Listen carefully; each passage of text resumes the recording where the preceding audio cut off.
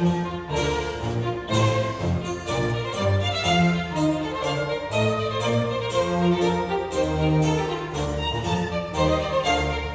true end of satire is the amendment of vices by correction. So says John Dryden, and so say we all. Hello and welcome to the Classic English Literature Podcast, where rhyme gets its reason. Today, we're finally going to break into the work of John Dryden, whom some critics have called, quote, the commanding literary figure of the last 4 decades of the 17th century. That is a giant claim, given the fact that Milton's still kicking about. I've referred to Dryden on several occasions in the past few episodes without getting around to actually discussing him with you all. And there seems to have been something of a gravitational pull in those episodes, one idea leading on to another and all of them trailing away from poor Mr. Dryden. But like Ben Kenobi on the Death Star catwalk, I'm disabling the tractor beam and finally giving the good John D his due. Now check out this segue, you're going to love it. If you'd like to give this show its due, please click the Support the Show button on the episode page to make a financial contribution. Every little bit helps to keep the mic hot and the cat fed. I really appreciate anything you can give, and so does she. Thanks so much. So I started this episode with a quote from Dryden about the purpose of satire, which he says is to correct vice. We've dealt with many writers who sought to amend personal or institutional waywardness with the witty bon mot. But Dryden's reputation really rests upon this genre. And to be sure, he wrote in many modes. The first decades of his career were devoted to the stage, and we'll have a look at one of his plays next time.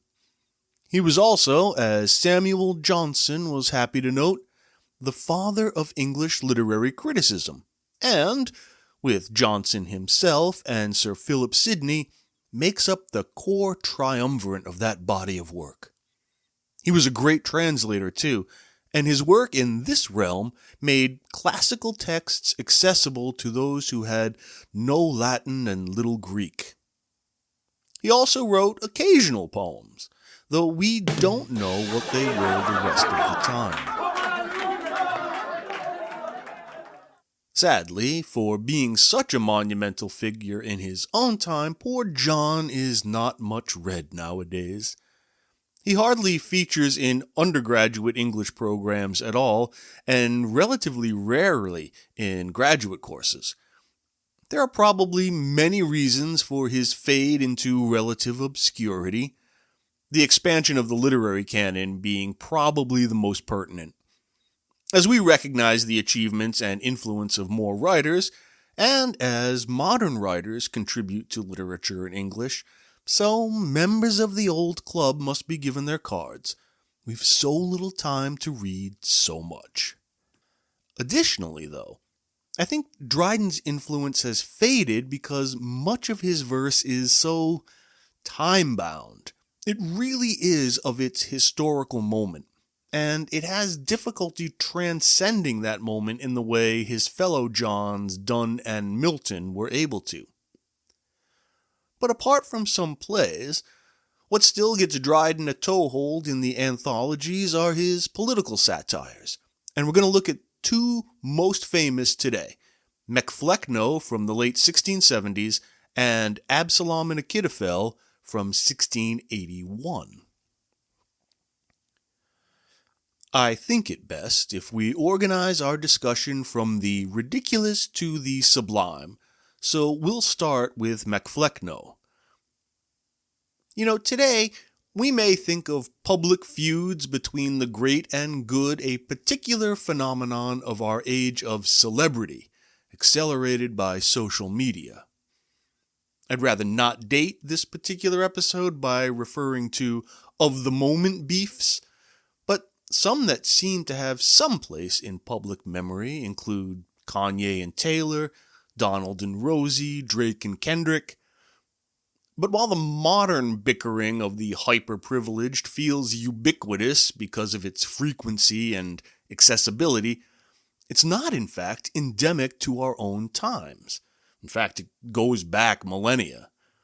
But in all that time, hardly anyone reached the bitchy peaks Dryden scaled in Flecknoe. Here's the backdrop. In the days of King Charles the Sequel, there lived two poet-playwrights, and despite occasional differences and professional rivalries, they were generally on good terms. Until one day, the poets found themselves on opposing sides of a literary argument, predominantly about the work of old Ben Jonson. That festered into arguments about the nature and vehicle of comedy, the value of rhyme and drama, and accusations of plagiarism. Thereupon, the first poet, one Thomas Shadwell, who fancied himself the heir to Big Ben, wrote a scurrilous attack on the second, who is the star of today's show, John Dryden, and he answered with the subject of our discussion, this poem, Flecknoe. The title, of course, means son of Flecknoe. Richard Flecknoe was a priest and rather dreadful poet whose greatest contribution to English verse was his death in 1677. In Dryden's poem, the author casts him as the king of a debased literary culture, and he has named Thomas Shadwell as the heir to the throne. To accomplish this, Dryden employs the devices of the mock epic, and that's a type of verse in which the lowly, the venal, the trivial are rendered in the lofty grand verse of the epic. The satiric point is made in the gap between subject and style. The meter, obviously, will be heroic couplets, and here are the first two.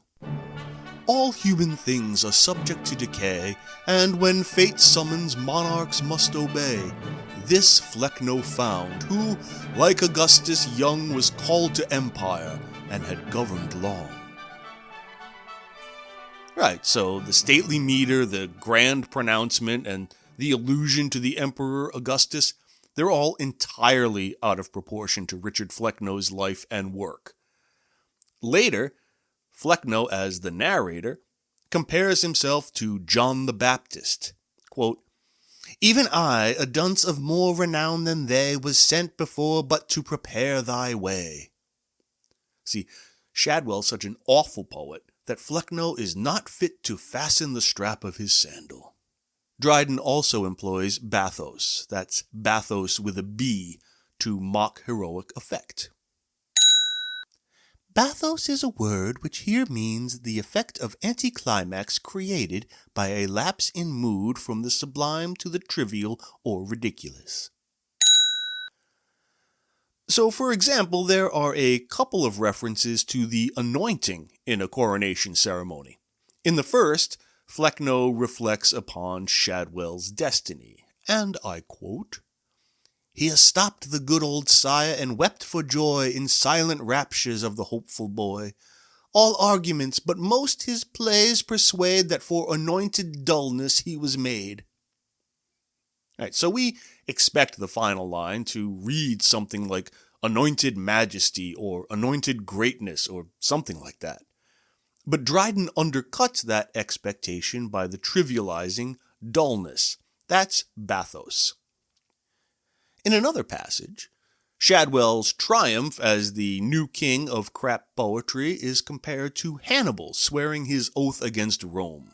Quote, "As Hannibal did to the altars come, sworn by his sire a mortal foe to Rome, so Shadwell swore, nor should his vow be vain, that he till death true dullness would maintain, and in his father's right and realm's defense ne'er to have peace with wit nor truce with sense. The king himself the sacred unction made, as king by office and as priest by trade." So Shadwell will be anointed with the unction, that's the sacramental oil used in a coronation, after his oath to be the enemy of wit and sense, and always be the champion of the aforementioned dullness. So that's one mode of Dryden's mockery in Flecknoe, the mock epic in which style ill-suits subject. But Dryden is not all lofty sentiments uttered with tongue firmly in cheek. There are some rather personal and scatological attacks here. To start, everyone knows that Dryden is going after Thomas Shadwell. Now, for the first couple of years, this poem circulated privately as a manuscript.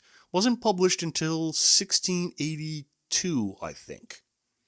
When it was, however, the name Shadwell does not appear in the poem, though it often does in modern editions. Rather, Dryden writes SH and then a blank. It's a coy, snarky little move. Now, it wasn't uncommon to hide the identity in public writing at the time. But the way Dryden does it actually calls more attention to the target, right? We're talking about a poet whose name begins with SH and is 2 syllables long, because it needs to fit the meter, yeah?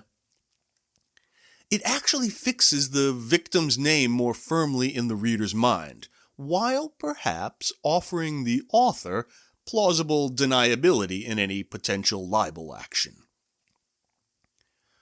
We're also treated to some poop jokes, always a favorite. As Shadwell sails the Thames in his royal barge, quote, "From shore to shore the treble squeaks for fear, the basses roar, echoes from Pissing Alley, Shadwell call, and Shadwell they resound from Ashton Hall. About thy boat the little fishes throng, as at the morning toast that floats along." Toast, here, is the floaters of raw sewage that little fish feed upon, not caring about or even noticing the difference between a turd and Shadwell. During the coronation procession, he is cheered by, quote, "neglected authors, the martyrs of pies and relics of the bum." So that means the cheering crowds, the people who are welcoming Shadwell, are the bad writers. And their works, all those books that didn't sell because they were so bad, have ended up at bakers' shops or in the privies. I cannot imagine that book leaves are as soft and absorbent as one might wish. Nor does Dryden shy away from tasteless personal attacks. Shadwell was a man of rotund proportion, and Dryden gets in with the fat jokes. Quote, "His goodly fabric fills the eye, and a ton of man in thy large bulk is writ." Now, as a gentleman of some size myself, I confess this stings. Furthermore, as Shadwell was of Irish extraction, Dryden exploits popular stereotypes of the Irish as barbaric, dull-witted, and slovenly. Now, with a name like MacDonough, I too feel this barb. Alas. Dryden also makes a dig at Shadwell's substance use disorder. Quote, "His temples last with poppies were o'erspread, that nodding seemed to consecrate his head." So instead of wearing a laurel wreath, as great poets do, Shadwell wears poppies, which is a dig at the soporific quality of his verse as well as his addiction to opium. I am not addicted to opium, but I do have a 6-a-week taco habit that gives me the shakes. While with Flecknoe, Dryden could employ the mock heroic, since celebrity feuds and literary arguments have stakes lower than a worm's expectations, the political circumstances that prompted his masterpiece, Absalom and Achitophel, demanded greater tact and a satiric voice tempered by a more earnest-feeling heroic style. He wrote the poem, it is surmised, in hopes of influencing a grand jury to convict the Earl of Shaftesbury of high treason. So, here's what happened. Once upon a time, King Charles II flitted about like a tumescent bumblebee, pollinating all the pretty flowers of the kingdom. all the pretty flowers except for the lonely flower in his own garden. He hardly pollinated that one at all, and even when he did, no new flowers grew. But from all the other pretty flowers, new buds and shoots burst forth in all their plenty. This made everyone at the hive nervous, because should the king ever die, there was no new king sprung from his own garden. Indeed, there was only the king's brother, James, Duke of York, and he was a Catholic bee. Protestant bees did not want to be ruled by a Catholic bee, and they were afraid their hive would have to become Catholic too. They were very agitated by Charles sharing honey with the French king bee, Louis XIV. You remember the Popish plot? I think I talked about it in the Hudibras episode. Wait, no, Pilgrim's Progress. Anyway, in 1678, a defrocked clergyman named Titus Oates started distributing some alternative facts, I guess we call them nowadays, claiming there was a massive Catholic conspiracy to assassinate King Charles and put James on the throne. All untrue, of course, but nonetheless believable because people believe anything that makes them really angry. The hysteria that followed saw innocent Catholics executed, and Parliament was whipped into a frenzy. Radical parliamentarians, led by the Earl of Shaftesbury, demanded that James be barred from the succession altogether. Twice they tried to pass the Exclusion Bill. No Catholic, no matter his place in line, could sit on the throne. This would end the sacred principle of hereditary monarchy. Wait, we got an idea. Maybe Charles's illegitimate but Protestant son, the Duke of Monmouth? The political nation split into two camps. The Whigs, as they came to be known, pushed exclusion. They saw themselves as defenders of Protestantism and parliamentary liberty. On the other side were the Tories, who defended hereditary right and the authority of the crown, warning that to interfere was to invite another round of bloodshed like the 1640s. Charles, meanwhile, got his stinger out, dissolving Parliament not once, nope, not twice, but 3 times to stop the Exclusion Bill. At one point, he even moved Parliament to Oxford, away from the London mobs who supported the Whigs.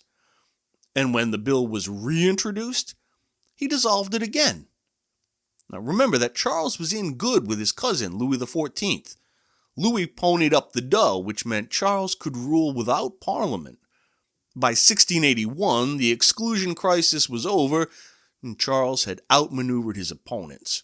James remained heir, and when Charles pollinated his last in 1685, he became King James II.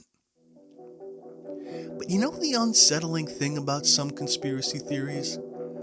Sometimes, beneath the tinfoil hat paranoia, there's a kernel of reality. The fears of the Whigs weren't entirely misplaced. James really did advance a Catholic agenda, suspending the Test Acts, issuing the Declaration of Indulgence, having a son. So within a few years, he was overthrown in the Glorious Revolution of 1688. We covered those bits in other episodes. Now, I told you that story so I could tell you this one. Many ministers and pamphleteers had noticed that the drama surrounding Charles, Monmouth, Shaftesbury, and James bore more than a passing resemblance to the biblical story of King David and the rebellion of his son Absalom from the book of 2 Samuel. It's one of the most dramatic episodes in the Hebrew Bible, part family tragedy, part political thriller. King David's son, Absalom, is a fine figure of a man. Handsome, charming, hair to make Vidal Sassoon viridescent with envy. But he harbors some deep resentments. Years earlier, Absalom's sister Tamar was assaulted by their half-brother Amnon, and David failed to do anything about that. Absalom took matters into his own hands, whacked Amnon, and then fled into exile. When he returned to Jerusalem, his relationship with his father David was, strained as baby food, especially since Absalom became an Iron Age influencer. He hung out at the city gates, listened to disputes, became the champion of justice with the common touch. Slowly but surely, says the sacred text, he, quote, stole the hearts of the men of Israel. Then Absalom declared himself king at Hebron, which made family dinners unspeakably awkward. The rebellion spread quickly, and David, caught off guard, made the agonizing decision to flee Jerusalem with his loyal followers rather than risk the city's destruction. Achitophel, David's most trusted counselor, whose advice was like, quote, inquiring at the oracle of God, betrayed David and joined the hirsute hooligan. Achitophel's support gave the rebellion credibility. He said, unleash shock and awe on David before he can regroup. Then, and here's a good strategy, rape your father's concubines on the palace roof. That'll show Israel who the real man is. And like a bro, Absalom followed the second piece of advice.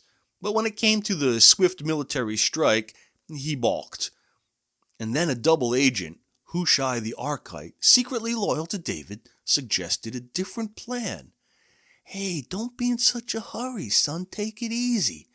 Get Israel together, then you can crush David in a decisive campaign.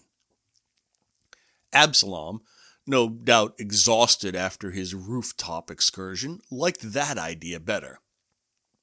The hesitation was fatal. David rallies his men, smashes his son in the forest of Ephraim. In hectic flight, Absalom's long, beautiful hair tangles in the branches of an oak, leaving him dangling helplessly. Now, despite David's explicit order to deal gently with his son, Joab, the army's commander, kills him. And I don't feel too bad about that, actually. David, of course, feels terrible about it. And this is where we get the famous, "Oh, my son Absalom, my son Absalom, would God I had died for thee, O Absalom, my son, my son." Achitophel hangs himself in despair, and no one lived happily ever after.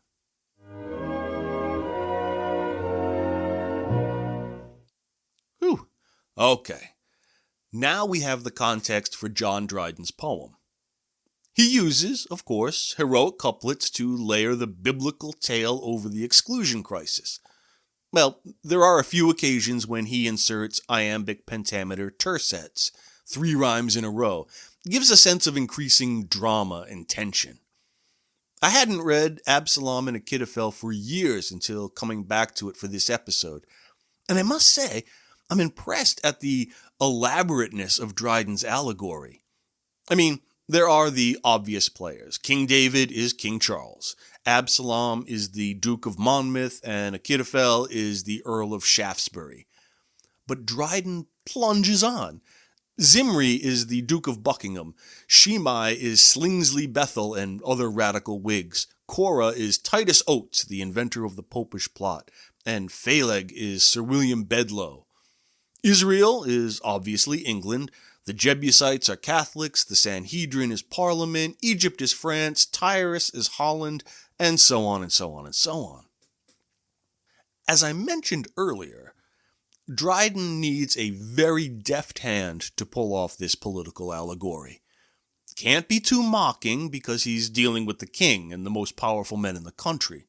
So can't make Absalom/Monmouth a villain because Charles still loves him. Dryden notes his predicament in a prefatory note called To the Reader, saying, quote, "The violent on both sides will condemn the character of Absalom as either too favorably or too hardly drawn."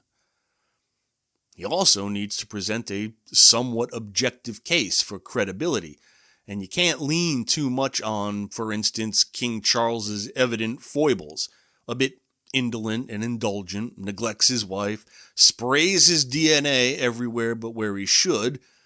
Touchy stuff, that. Dryden has to play rather cool. To do so, he opens the poem with some rather ironic, detached mimicry. quote, "In pious times, ere priestcraft did begin, before polygamy was made a sin, when man on many multiplied his kind, ere one to one was cursedly confined, when nature prompted and no law denied promiscuous use of concubine and bride, then Israel's monarch, after heaven's own heart, his vigorous warmth did variously impart to wives and slaves, and wide as his command, scattered his maker's image through the land." One can see Dryden aping Whiggish anti-Catholicism. Yet he's also implying that monogamy is unnatural, the imposition of prudish, ambitious clerics. And despite the loftiness of diction, syntax, and meter, it's a pretty funny passage in a schoolboyish way. Like David vigorously imparting his warmth all over the place, fire-hosing God's image abroad in the land. It's as if Milton is writing graffiti on a toilet wall. Speaking, actually, of Blind John, Dryden, especially in his depiction of the false counselor Achitophel, mimics that Byzantine Miltonic syntax. In one passage, Absalom has just spent 60 lines feeling sorry for himself, and setting up Achitophel's response, Dryden writes, quote, "Him staggering so when hell's dire agent found, while fainting virtue scarce maintained her ground, he pours fresh forces in, and thus replies." And then we get the reply. But that sentence, well, I was gonna say almost lampoons Milton's style. But then again, sometimes Milton himself seems to lampoon his own style. It's like Jack Nicholson always seems to be doing a Jack Nicholson impression, you know? Or John Wayne. I can't watch his movies anymore because they always seem to be parodies of John Wayne movies.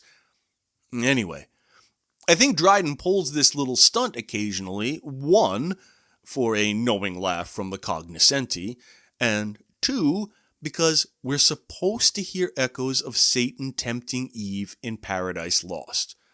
One almost can't help, perhaps even without the mimicry, hearing Achitophel as a less charming and less convincing Satan. Absalom's speech, the one that precedes that last line, it's an interesting portrait of humility and ambition. He begins in praise of his father, his divine right and his compassionate justice. Quote, "And what pretense have I to take up arms for public liberty? My father governs with unquestioned right. The faith's defender and mankind's delight, good, gracious, just, observant of the laws, and heaven by wonders has espoused his cause.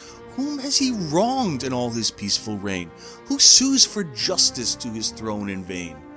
What millions has he pardoned of his foes, whom just revenge did to his wrath expose? Mild, easy, humble, studious of our good, inclined to mercy and averse from blood." Like me, do you hear echoes of like Macbeth and Brutus and their struggles with their own consciences? Then Absalom moves from a consideration of his father to one of his own fate. Quote, "Yet, oh, that fate, propitiously inclined, had raised my birth or had debased my mind. To my large soul not all her treasure lent, and then betrayed it to a mean descent." He isn't naturally a rebel. He's caught between his gifts, which make him seem destined for greatness, and his illegitimacy, which blocks him. This makes him vulnerable to the persuasion of Achitophel / Shaftesbury, who tempts him into the rebellion. That temptation comes straight out of the political philosophers Locke and Hobbes that we looked at back in episode 90. Achitophel begins by inverting Absalom's speech. He makes David's virtues appear to be weaknesses. Quote, "Not that your father's mildness I contemn, but manly force becomes the diadem. David is too compassionate, too merciful, too mild.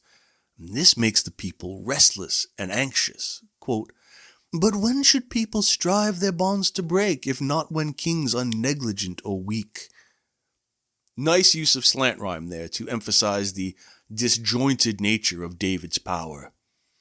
He then invokes a republican ideal. Quote, "The people have a right supreme to make their kings, for kings are made for them." Straight out of Locke's second treatise, the monarch holds power in public trust, and if that trust is breached, rebellion is permissible if not compulsory. And we get a touch of Hobbes, quote, "Self-defense is nature's eldest law." And he also invokes a utilitarian principle, one that his audience would recognize from it's the high priest Caiaphas speech in the Gospel of St. John. Quote, "Better one suffer than a nation grieve." Now, this allusion is dense. Dryden compares David, who is the avatar for King Charles, right? He compares David to his pseudo-descendant Jesus, thereby linking all three as savior types who are betrayed by evil machinations. So Achitophel launches a multi-pronged attack on Absalom's conflicted vulnerability. And as the thick plottens, Dryden breaks into the narrative to expound upon his own political philosophy. At line 759, "What shall we think?" begins a meditation on the necessity of government, particularly monarchical government. He argues that monarchy is natural, God-ordained, and superior, and that hereditary succession ensures stability. Therefore, subjects should not meddle with succession or rebel against lawful kings. Of course, kings must govern justly, but their authority ultimately comes from God, not the people. Let's stick a pin in that for a second. I want to turn back to some details from Dryden's life that I think cast an interesting light on this passage. Dryden was often accused by contemporaries and later by scholars as being, as the saying goes, without bottom. That is, he didn't really seem to believe in anything and would change his loyalties and opinions according to the needs of his career. He launched that career back in 1659 with a poem called Heroic Stanzas to mourn the death of Oliver Cromwell. A year later, with the Stuart Restoration, he sprinkled laudatory poems on Charles, the Lord Chancellor, the Duchess of York. He got all Google-eyed about the Royal Society and the Royal Navy. Such strategic suck-uppery paid off in an appointment as poet laureate in 1667. And when James II replaced Charles on the throne, Dryden converted to Catholicism. Now, it would be easy to accuse John Dryden of inconstancy, and it would be easy because it's true. But as I read along and thought about it, what struck me was that maybe Dryden was constant, loyal to, a deeper political principle than any particular ideology. Throughout Absalom and Achitophel, Dryden's deepest anxieties seem to be about chaos, disorder. He sees stability as the chief purpose of government, regardless of whatever transient form that government might take. He calls anarchy a shapeless lump that can shake the pillars of public safety. He fears arbitrary sway that employs its power against form and order. He warns against demagoguery and populism. Pity never ceases to be shown to him who makes the people's wrongs his own. And in that sermonizing passage, he asks what prudent man would shake the throne for, quote, "To change foundations, cast the frame anew, is work for rebels who base ends pursue. At once divine and human laws control, and mend the parts by ruin of the whole." Now, I don't pretend to know anything about Dryden's personal beliefs, his ethics, or his motivations. But what's revealed in the poem tells me that he is essentially conservative in the preservationist sense of the term. Change is dangerous and should be carefully considered and managed. What I see, actually, is what I fancy is a more accurate reading of Machiavelli's The Prince. While old Niccolo has been much maligned, especially in the popular imagination, though he has developed a new following in the online manosphere for his ostensibly masculine, hard-bitten amorality. More careful readers note that Machiavelli did not advise the prince to seek power for power's sake, or for any narcissistic aggrandizement. Rather, Machiavelli advised an amoral realpolitik in the pursuit of state stability. That was the end for which the means are justified. Though he never said that, yeah? Stability, order, continuity. At the fundamental level, that seems to be what Dryden values, even if the details and mechanisms may alter. In the end, though, Absalom and Achitophel failed in its immediate purpose. Shaftesbury was acquitted by a Whiggish jury, and in the fullness of time, James II was deposed by Parliament in William and Mary's bloodless revolution. Refusing to take the oath of allegiance to Billy the Orange, Dryden lost his poet laureateship to, can you guess? Okay, I'll give you a few seconds to guess. Who did he lose his poet laureateship to?